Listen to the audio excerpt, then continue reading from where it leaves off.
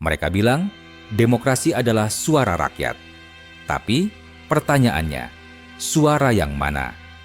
Kita tumbuh dengan satu keyakinan besar bahwa demokrasi adalah sistem terbaik, bahwa ketika kita mencoblos selembar kertas, kita sedang menentukan masa depan, bahwa kekuasaan itu berasal dari rakyat, oleh rakyat, dan untuk rakyat.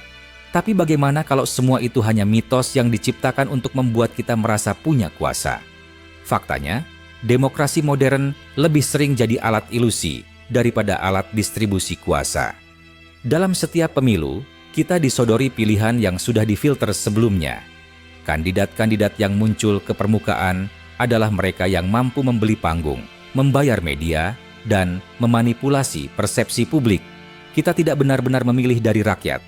Kita memilih dari daftar yang sudah dikurasi oleh partai, elit, dan pemilik modal. Dan ironisnya, banyak orang menyebut ini sebagai kebebasan.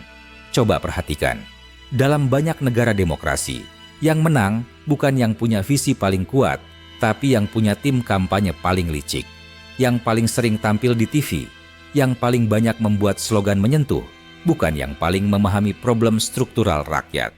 Ini bukan kompetisi ide. Ini kontes popularitas. Reality show berjuta dolar yang dibungkus rapi dengan label partisipasi rakyat. Kita tidak pernah punya kendali terhadap siapa yang boleh ikut lomba. Kita cuma boleh memilih di tahap akhir, ketika semua sudah disaring. Demokrasi memberi kita pilihan seperti restoran cepat saji. Pilihan A dan B terlihat berbeda, tapi keduanya tetap junk food. Satu terlalu asin, satu terlalu manis, tapi sama-sama membuat kita sakit jika dikonsumsi terus-menerus. Lalu ketika sistem ini mulai rusak, rakyat yang disalahkan, dibilang kurang cerdas, malas memilih, atau apatis. Padahal, sejak awal, permainan ini memang tidak adil. Demokrasi hari ini lebih mirip pasar saham. Siapa yang punya dana paling besar, dia yang paling menentukan arah. Kandidat politik bukan lagi wakil rakyat, tapi produk yang harus dipoles, dijual, dan dijaga brandnya. Kita sebagai pemilih, cuma konsumen yang dibombardir iklan sampai percaya bahwa kita sedang mengambil keputusan sendiri.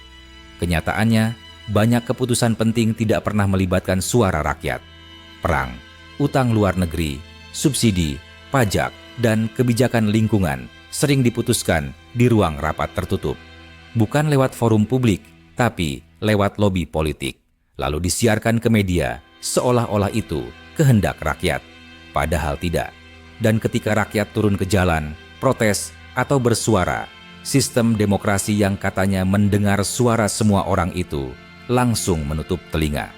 Aparat turun, represi muncul, dan suara-suara dibungkam atas nama stabilitas nasional.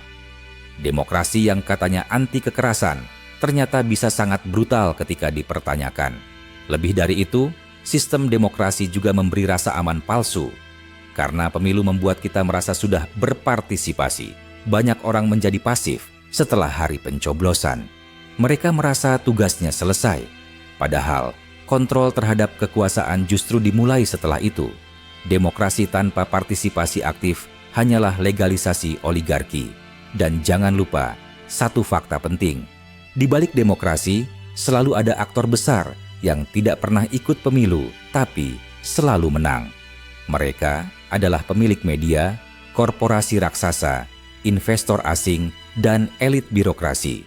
Mereka tidak peduli siapa yang duduk di kursi kekuasaan, selama kebijakan tetap menguntungkan mereka.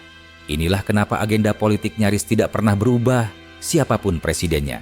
Karena semua orang yang naik ke atas tahu dengan jelas bahwa mereka hanya bisa bertahan jika tidak menantang sistem yang sudah ada. Dan sistem itu dibangun untuk melindungi kepentingan minoritas yang sangat kuat. Di banyak negara, peran rakyat hanya menjadi stempel, sebuah pembenaran bahwa kekuasaan ini sah karena telah dipilih. Tapi pilihan macam apa yang hanya hadir 5 tahun sekali, dibatasi, disaring, dan dimanipulasi? Demokrasi bukan sistem yang buruk, tapi demokrasi yang dipraktekkan hari ini sudah jauh dari cita-cita awalnya. Ia bukan lagi tempat rakyat bersuara, tapi panggung sandiwara, tempat aktor-aktor politik memainkan peran sesuai skrip yang sudah disusun di belakang layar. Apakah kita benar-benar bebas memilih, atau hanya diberi ilusi pilihan agar tetap percaya kita punya kuasa? Yang pasti, semakin kita percaya pada sistem ini tanpa kritis, semakin mudah kita dikendalikan olehnya. Dan mungkin itu memang tujuannya dari awal.